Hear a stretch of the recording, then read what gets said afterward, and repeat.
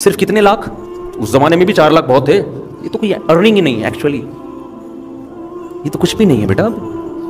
کیا کر رہے ہو یار تم؟ کس کی باتیں؟ مولویوں کی باتوں میں آ رہے ہو؟ اسٹیبل تو ہو جاؤ, اپنے پاؤں پہ کھڑے تو ہو جاؤ. تو مجھے کہا یار مفتی صاحب میں بیٹھا ہوں, میں فیس بک پہ چیٹنگ ہی کرتا رہوں لڑکیوں سے بیٹھ کے, کیا ہیں؟ تو میں نے کہا کما رہے ہو؟ اس نے کہا کما رہا ہوں. میں نے کہا ہمارے تو ہم تو 15-5 ہزار جو کما رہے ہیں اس کا بھی پیکیج ہے ہمارے پاس. شادی کے بعد نہیں پڑھ سکتی کیا؟ کس نے پابندی لگائی ہے؟ بلکہ شادی کے بعد اور آسان ہے پڑھنا, کیونکہ اب خرچہ کون اٹھائے گا؟ فیسوں کا شوہر اٹھائے گا خرچہ. اس کی بیوی ہے, وہ پڑھائے نہ پڑھائے, وہ آپس کی انڈرسٹینڈنگ ان کی. تو لڑکی کی اماں بھی نہیں راضی تھی. اب تو میں نہیں کراتا ایسے نکاح جہاں لڑکے کی اماں راضی نہ ہو, کیونکہ اس میں سائڈ افیکٹ بھی ہیں بہت سارے اس کے. لڑکا بات الو بنا رہا ہوتا ہے لڑکی کو. وہ تو خیر میرا جاننے والا تھا, مجھے پتا تھا الو نہیں بنا رہا. تو لڑکی کی اماں کو پتا چلا, لڑکی کے ابا کو پتا چلا, انہوں نے کہا ہم نہیں, مجھے دبئی سے ہمیشہ کے لیے نکلوا دیں گے یہ لوگ. تو میں وہاں گیا, پھر میں نے جا کے ان کا سب جھوٹی موٹی کا نکاح پڑھایا. لڑکی والے بیٹھے ایسے لگ رہے جیسے ماں باپ دونوں کے بہت, لیکن عقل مند تھے. وہ عقل مند تھے. بے وقوف ہوتے تو تلواریں نکال لیتے اور طلاقیں دلواتے. بے وقوف نہیں تھے, سمجھدار تھے, پڑھے لکھے لوگ تھے. بس ابا میں تھوڑی سی مسئلہ ہوگا کہ اتنے لاکھ کیوں ہیں. تو خیر ان کی شادی ہو گئی, بڑی اچھی خوشی, اللہ ان کو محبت سے رکھے. تو اولاد بھی ہوئی ماشاءاللہ, اچھی زندگی گزار رہے ہیں. دونوں کینیڈا میں سیٹل ہو گئے. اب کراچی آئے تھے تو وہ لڑکی کینیڈین تھی, کراچی کے ماحول کی عادی نہیں تھی. تو میرے سے مشورہ لیتے تھے کہ کراچی میں نے کہا پاکستان زندہ باد, کراچی کا. گلستان جوہر میں ایک دن اپنی کینیڈین بیگم کو لے کے نکلے, ڈاکو نے یہاں پسٹل رکھ لی. بولا جو کچھ تیری جیب میں اور جو کچھ بھابھی کی پرس میں نکال دے. کہہ رہے ہم نے نکال کے دے تو دیا, لیکن اس دن کے بعد سے جو بھابھی صاحبہ تھی نا, انہوں نے بولا میں 1 منٹ بھی کراچی میں نہیں رہوں گا. آپ عمران خان کو رو رہے ہو, گولی لگ گئی, بہت برا ہوا. یہاں تو روزانہ 4-6 بندے ڈیلی کے بیسس پہ مر رہے ہیں.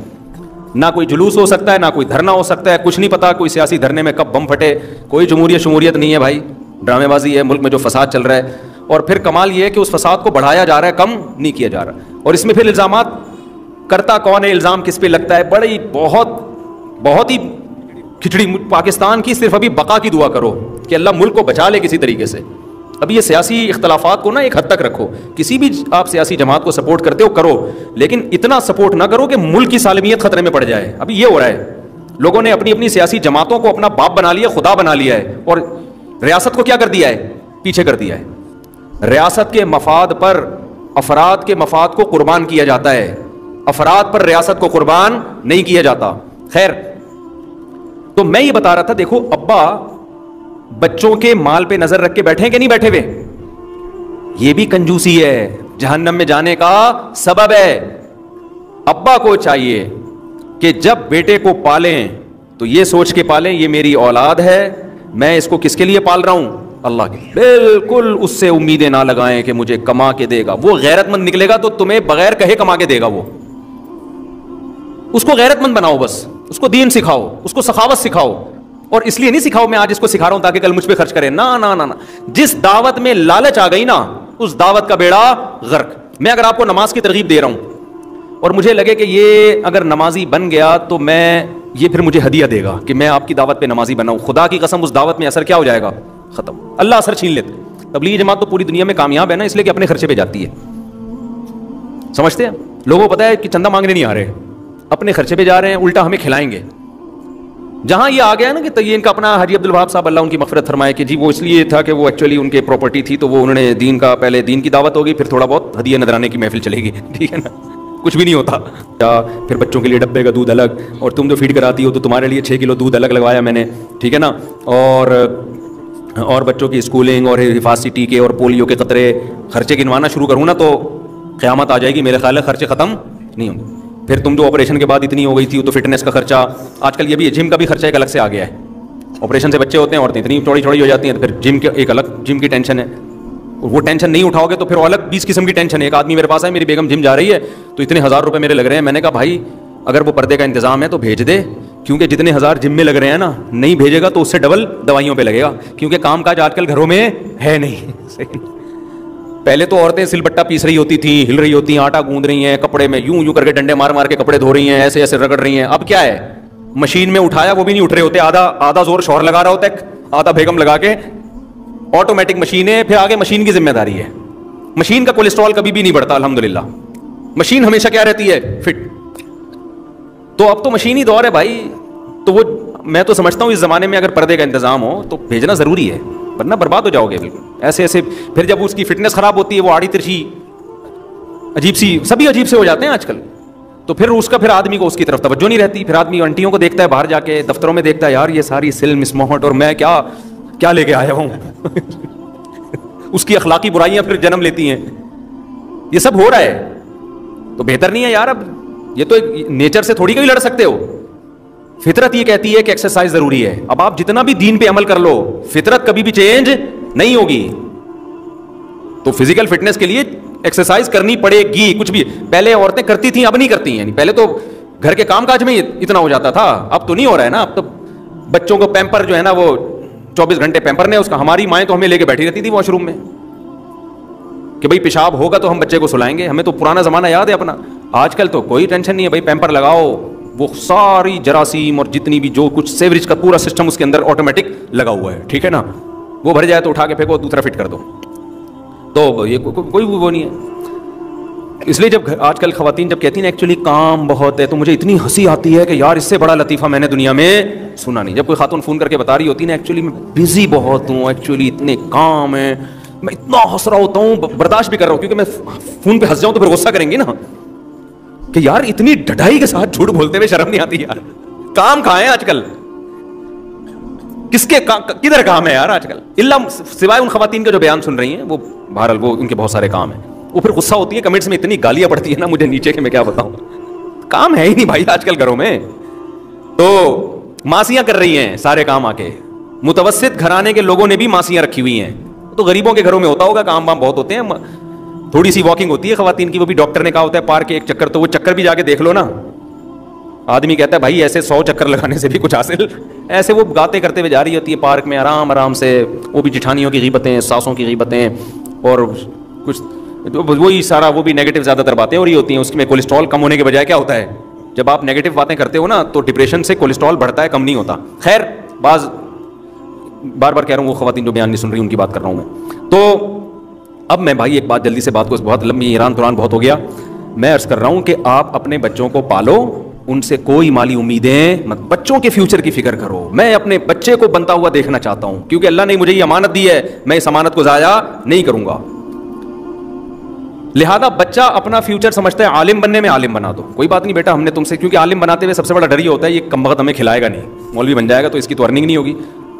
بھائی بچے کا دل اگر عالم بننے کا کر رہا ہے تو بچے کو کیا بناؤ، مولوی. کیونکہ ہم نے بھائی اس سے ہم نے تو کوئی پیسہ کموانا ہے نہیں. ہاں اکلوتا بچہ ہے، اس کے بارے میں ڈر یہ ہے کہ آپ بوڑھے ہونے والے ہو اور اکلوتا بچہ ہے اور کمانے کا واقعی کوئی ذریعہ نہیں ہے. پھر مجبوری ہے کہ بھائی اس کو دکان پہ بٹھاؤ ورنہ ہم دونوں بھوکے مر جائیں گے. تو بھوک سے تو بچنا ضروری ہے نا. میں تو اوپر کی باتیں کر رہا ہوں آج کل، بھوک کی بات نہیں، بھوک سے اوپر کی چیز لالچ ہو رہی ہے. ایسے لوگوں کو تو میں خود مشورہ دے دیتا ہوں، آپ کا اکلوتا بیٹا ہے، اب آپ بوڑھے ہو رہے ہو اور کوئی کمانے والا نہیں ہے تو اس کو مولوی بنا دیا تو 8 سال مدرسے میں پڑھے گا، پھر مسجدوں میں تنخواہیں بہت تھوڑی ہوتی ہیں، اپنا گھر چلائے گا، آپ کو چلائے گا. تو ان کو تو میں خود ہی مشورہ دیتا ہوں کہ بھائی اس کو کسی بزنس میں، کاروبار میں لگاؤ. لیکن اور بھی ہیں تو پھر بھائی ان کو تو کسی اور چیز میں لگاؤ نا. تو اب میں آپ سے یہ بات کرتا ہوں کہ کبھی بھی اپنی اولادوں پہ کے پیسوں اور مال پہ نظر مطلب، ہمیشہ ان کو کھلاؤ اور ان سے سخاوت کرواؤ. انسان کا بچہ بنا دیا نا آپ نے تو دیکھو اپنا پیٹ کاٹ کے آپ کا پیٹ بھرے گا. وہ آپ کو کہنے کی ضرورت نہیں ہوگی، وہ کہے گا میرا سارا مال کس کا ہے، میرے باپ کا، وہ سارا کے. تو وہ پیٹ کاٹ کے کھلائے گا آپ کو. محنتی بناؤ اس کو. دوسرا ماں بھی یہی کام کرے. بھائی ہم نے بچے کا فیوچر دیکھنا ہے. اور ایک بات میں ماؤں سے یہ کہتا ہوں کہ دیکھو تمہارا میاں جتنا بھی آڑا ترچا ہے نا، تھوڑا بہت ظلم تو کر رہا ہے، بچوں کے سامنے کبھی بھی باپ اور بچوں کی لڑائی ہو یا کوئی اختلاف ہو تو اولاد کو فیور نہ کیا کرو. جو خواتین میرا بیان نہیں سن رہی وہ کیا کرتی ہیں کہ شروع میں تو شوہر کی ضرورت ہے، جوان شوہر ہے، کما کے کھلا رہا ہے، شوہر سے بنا کے رکھتی ہیں، طلاق بھی نہیں لیتی، خلا بھی نہیں لیتی. بھائی پیسہ آ رہا ہے کیا کرو، آنے دو. جب بیٹے جوان ہو گئے اور یہ کم وقت ہو گیا بڈھا، کم وقت میں بڈھا تو ہونا ہی ہے نا. اب یہ کسی کام کا نہیں ہے، اب اس کی ضرورت بھی نہیں ہے، بیٹے بھی جوان ہو گئے، بچیاں بھی بڑی ہو گئی. اب ماں بچوں کے ساتھ مل کے طبیعت سے دھوتی ہے اپنے شوہر کو، اور پھر میرے پاس بھی شکایتیں کر رہی ہوتی ہیں، ہائے ہائے ہائے میں تو خلا لینا چاہتی ہوں، میں تو طلاق لینا چاہتی ہوں ایکچولی ان سے. میں کہتا ہوں پھر پہلے لے لیتی. بھائی مجبور تھی، میں کیا کرتی، میں مجبوری میں نہیں لے سکتی تھی، میں چھوٹے چھوٹے بچے تھے، میں کہاں لے کے جاتی. تو میں کہتا ہوں اس کا مطلب مجبوری نے میں اس نے سہارا دیا نا آپ کو، اسی وجہ سے تو نہیں لی کہ میں لاوارث ہو جاؤں گی. شیلٹر دیا نا اس نے تو اس کا احسان مانو نا کہ اس نے شیلٹر دیا. اس سے اس وقت طلاق لیتی، روڈ پہ آ جاتی، بچوں کو لے کے کہاں جاتی. اس نے نہیں دی، شیلٹر دیا. اب اس شیلٹر کے احسان کا تقاضا یہ ہے کہ اس بڈھے کو برداشت کرو. نہیں یہی بات سمجھ میں؟ تو غیرت مند, یہ میں نے بغیرتوں کا واقعہ سنا ہے نا, اب غیرت کا بھی سنو. ایک میں نے بغیرت واقعہ سنایا نا کہ ابا کی جائیدادوں پہ نظر, اور اپنے شیخ کا واقعہ سنایا کہ وہ سچی ابا بھی نہیں, روحانی ابا ہیں, اور ان سے کہہ رہے ہیں کہ میں چاہتا ہوں میرا سارا خرچہ کون اٹھائے؟ آپ اٹھائیں, میں آپ سے ہی مانگا کروں, مجھے آپ سے مانگنے میں مزہ آتا ہے. یہ اعلیٰ درجے کی غیرت کی مثال ہو گئی. آپ اتنا نہیں جا سکتے, بیچ میں آ جائیں, کسی کھانچے میں آ جائیں. اب میں نے مثال دی ایسی عورتوں کی کہ شوہر کے جوانی میں تو بہت اچھے چلے, اس کے ساتھ نچوڑ لیا, اب بڑھاپے میں کیا مانگ رہے ہیں اس سے؟ طلاق مانگ رہے ہیں. طلاق نہیں مانگ رہے ہیں, وہ بڈھے اس کمرے میں پڑا رہا کر, ادھر نہیں آیا کر. تو یہ بھی ہوتا ہے. اور اس کے برعکس غیرت مند عورت کے واقعات بھی. کل میرا ایک جنازے میں جانا ہوا, خاتون کی عمر 95 سال, کتنی, جن کا انتقال ہوا, ہمارے کوئی دور کے ریلیٹو تھیں. ان کے بیٹوں سے میں ملا, اتنے غمزدہ تھے, اتنے غمزدہ. میں نے کہا آپ کے والد کا انتقال کب ہوا؟ انہوں نے کہا 93 میں, یعنی 93 سن, یعنی 77 سال یا 75 سال والد صاحب کی عمر تھی. میں نے کہا ماشاءاللہ آپ لوگوں نے اپنی والدہ کی خدمت بہت کی. انہوں نے کہا ہاں کی ہے. کیوں کی ہے؟ کہہ رہے ہیں ہمارے والد 10 سال سے بستر پہ تھے, فالج تھا, اور میری ماں کی پیشانی پر ایک دن بھی لکیر بولو نہیں آئی. ایسی میری ماں نے میرے باپ کی خدمت کی ہے نا, اس کے بعد سے پھر ہم نے بھی کیا کیا, اپنی ماں کی خدمت میں کوئی کسر. سمجھ میں نہیں آ رہی بات؟ یہ جو مائیں بچوں کو باپ کے خلاف ورغلا رہی ہوتی ہیں, یہ سمجھتی ہیں کہ پھر بڑھاپے میں بچے ہماری خدمت کریں گے. نہ وہ باپ کے رہتے ہیں, نہ وہ ماں کے رہتے ہیں. جو باپ اپنے بچوں کو ماں کے خلاف ورغلاتا ہے, اپنی بیوی کے خلاف ورغلاتا ہے, وہ اس خوش فہمی میں ہوتا ہے کہ یہ ماں کی سائڈ چھوڑ کر میری سائڈ پہ آ جائیں گے. نا نا نا نا نا نا, جو بچہ ماں کو نہیں مانے گا نا, وہ باپ کو بھی نہیں مانے گا. بچہ اسی کی طرف جائے گا, دیکھے گا کہ کون جوڑ کی بات کر رہا ہے اور کون. شروع میں تو نہ سمجھ ہوتا ہے, لیکن اتنی اللہ نے سینس ہر ایک کو دی ہے, تھوڑے دنوں کے بعد اس کی کھوپڑی میں آ جاتا ہے صحیح کون ہے غلط کون ہے. سمجھ میں نہیں آ رہی میرا خیال ہے بات. عورت, وہ کہتے ہیں 10 سال ہمارے والد کی خدمت کی ہے. آج ذرا سا کچھ مسئلہ ہو جائے, عورتیں خلا کے پیپر جمع کراؤ. میں نے آڑا ترچا, یہ تو ٹیڑھا ہو گیا تھوڑا سا نا. جب میرے پاس آیا تو فرما بالکل ٹھیک تھا, اب اس کی ایک سائڈ کیا ہو گئی ہے, ایک سائڈ کی بیٹری. ایک آدمی گیا کہ مجھے ایک سائڈ کی بیٹری چاہیے, اس نے کہا ہمارے پاس 2 سائڈ کی بیٹری ہے. ایک سائڈ کی بیٹری, ایک سائڈ ہوتی ہے نا, ایک سائڈ بیٹری لو تو 2 سائڈوں کی لو, ورنہ نہیں لو. تو جب یہ آیا تھا تو پورا صحیح تھا, میرے ابا نے جب شادی کی تھی اس کی, تو اب یہ تھوڑا سا کیا ہو گیا, آڑا ترچا ہو گیا. اب یہ کمانے کے قابل بھی نہیں ہے. اب یہ تو پہلے وفا تھی, بیوی کو فالج ہو گیا, میاں برداشت کرتا ہے. دعائیں, ہمیں تو یاد ہے یار بچپن میں کیسے لوگ, میری بیگم کو فالج ہو گیا اور دعائیں کر رہے ہیں اس کے لیے, اس کی خدمت کی. ہمارے ایک جاننے والے تھے, وہ بھی بڑی عمر میں فوت ہوئے. سارے بوڑھے ہمارے محلے سے چلے گئے, وہ نہیں جا رہے تھے ماشاءاللہ, اب گئے ہیں وہ. ان کا کیا تھا, ان کی بیوی 20-25 سال بستر پہ رہی ہے, اور شوہر نے 20-25 سال بیوی کی خدمت کی ہے جیسے کوئی اپنے بزرگ کی خدمت کرتا ہے. اس کے کپڑے تبدیل کرانا, اس کی گندگی صاف کرنا, اس کی دواؤں کا خیال کرنا, کیونکہ بچے چھوٹے تھے وہ نہیں کر سکتے تھے, اس نے کیا. کتنی لمبی عمر ہوئی ہے, 90-95 میں انتقال ہوا ان کا. اور یہ خاتون نے اپنے میاں کی خدمت کی. ان کا انتقال کب ہوا؟ 90-95 میں. میں نے ان کو بھی حدیث سنائی, میں نے کہا صحیح ہے, بخاری کی حدیث ہے, جو شخص یہ چاہتا ہے کہ اس کی عمر میں اللہ برکت دے, لمبی عمر دے, اس کو چاہیے رشتے جوڑے. تو رشتوں میں تو عورت کے لیے سب سے اچھا رشتہ شوہر اور ماں باپ, اور شوہر کے لیے بیوی, یہی ہے نا. تو ان کی جو خدمت کرتا ہے نا, اللہ اس کی وجہ سے عمر میں بھی برکت دیتے ہیں, اور پھر آپ کے ماتحتوں کو بھی آپ کی خدمت کی توفیق دیتے ہیں. سمجھ میں آ رہی ہے کہ نہیں آ رہی ہے؟ تو سارا وہ سیٹ اپ, بس سب کی توجہ پڑھائی کی طرف ہے. یونیورسٹیوں میں جاؤ, اچھے ڈاکٹر کیسے بنیں گے, اچھے سائنسدان کیسے بنیں گے, اچھے تاجر کیسے بنیں گے, بس انہی چیزوں کو فوکس کیا ہوا ہے. نہ بچیوں کو یونیورسٹیوں میں یہ سکھایا جا رہا ہے کہ ایک عورت اچھی بیوی کیسے بنتی ہے, نہ لڑکے کو یہ سمجھایا جا رہا ہے کہ ایک مرد اچھا شوہر کیسے بنتا ہے, نہ اولاد کو یہ سکھایا جا رہا ہے کہ ایک اولاد اچھی اولاد کیسے بنتی ہے, نہ ماں باپ کو یہ سکھایا جا رہا ہے کہ اچھے ماں باپ کیسے بنتے ہیں.